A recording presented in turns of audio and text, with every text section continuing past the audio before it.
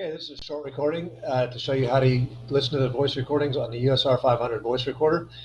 This is on a Windows 10 computer, but it'll work on a Mac or pretty much any other kind of computer to listen to your recording files. First thing you want to do is you want to plug the provided cable into the USB or into the recorder itself, which is a small plug on the bottom of the recorder, a small hole, and then you're going to plug the other end to the USB port of your computer.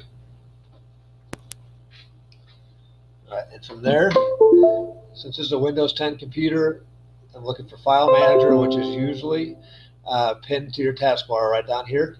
If not, you can search here in the search bar for File Explorer, and it'll pop right up. I'm going to click here. And you go over here to this PC and click on that. And under Devices and Drives, you're going to see a memo queue. And that's the device itself. Double click that, and it pulls it right up.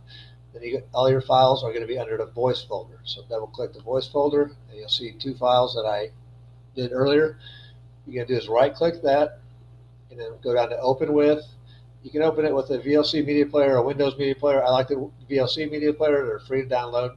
So I'm going to click on that, and it's going to pull it right up and start. Test. This is a test of the USR-500 voice recorder.